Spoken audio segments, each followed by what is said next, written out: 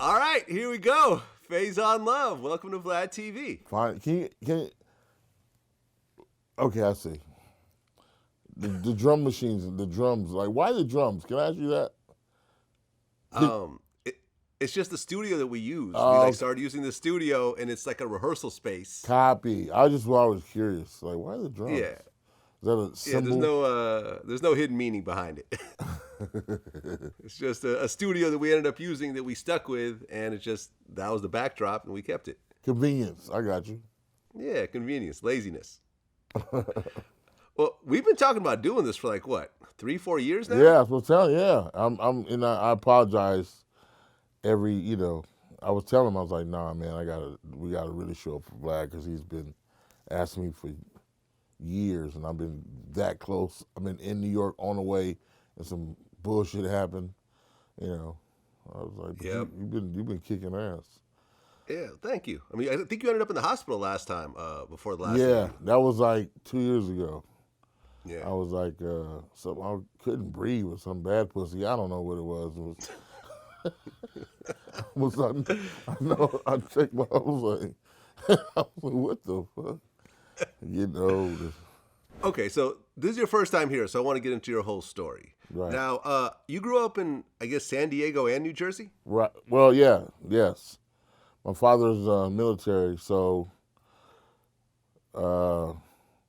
we came to New Jersey first, then Harlem, then San Diego, and then I would go back and forth, like some summers to stay with my uncle in the Bronx, and ended up staying in the Bronx, Boynton Avenue, 875 Boynton.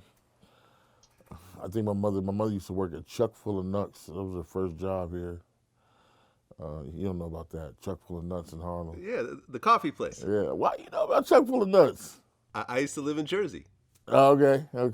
Yeah, that's a Jersey thing, I think. No, it was actually in Harlem too. Oh, it's a Harlem thing also? Yeah, Okay, well, I know it was like a New York Yeah, kind yeah, of thing. yeah. But she worked at the one in Harlem, around the corner. Okay, so you were bouncing around a lot as a kid. Yeah, well, yeah, because I was the firstborn, and my father was out, whatever, on the Kitty Hawk, and my mother, she needed help, so, and family, New York, Newark, Harlem, and San Diego's where we ended. Okay. And I went back to New York. Yeah. In the 80s. Yeah. So growing up, were you a good kid? Did you get into trouble? Oh my God. Oh my God. I used to think my father was mean, but I understood he had to discipline me because I was doing some foul shit. Like you gotta understand, on my street, it was nothing but boys and maybe two girls, and all you did was fight. And if you didn't, we didn't have Nintendo and shit back then until '82 or we got Atari, that bullshit Atari shit. But all you would do is fight and play football, ride bikes, fight, play football, ride bikes. You go to New York, fight, play football, play stickball, and steal bikes. Okay. I mean, all kids fight to a certain degree, but how bad were your fights getting? We became a set. 5800 block Old Memory Lane. It was that's how a real set is really. The kids that grew up on the block. It's not like you start rapping and you just claim a set.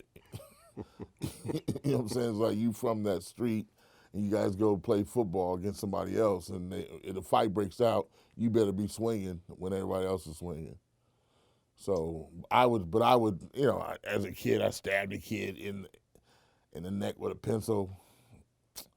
As an idiot, I saw a pistol on his.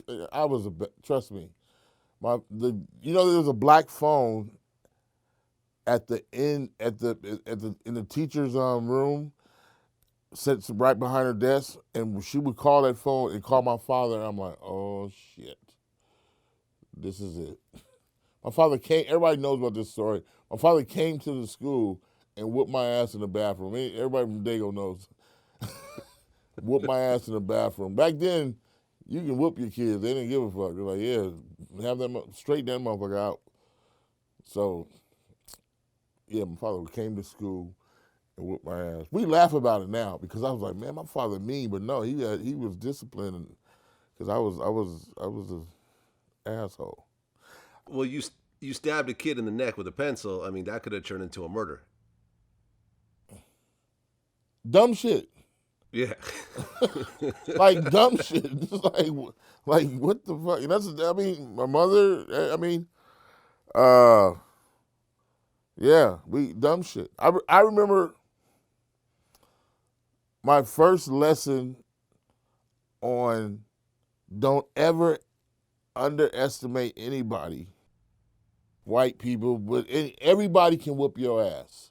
Was we had this thing called the VEET program, where they would take black kids and put them in white schools in San Diego. They would bus them. So ours was Lewis, and people from my block went to Lewis. So our homie Chris, we the black kids, so I wish we walking around, talking shit. Guy named Lance, we still friends to this day. White guy named Lance, ride dirt bikes, and I went in there and I wanted his seat in the class, and he was like, "This is my assigned seat." I'm like, "Get the fuck out of the seat." Lance like, "No, the teacher assigned me to the seat." I socked Lance. If Lance didn't whoop my ass up and down that schoolyard till I was tired, I was like, "Get this white boy off me." So everybody in my set was like, "You let Lance whoop your ass?" So Chris, big homie Chris, went over there and tried to put hands on him. He was like, "That white boy you fight."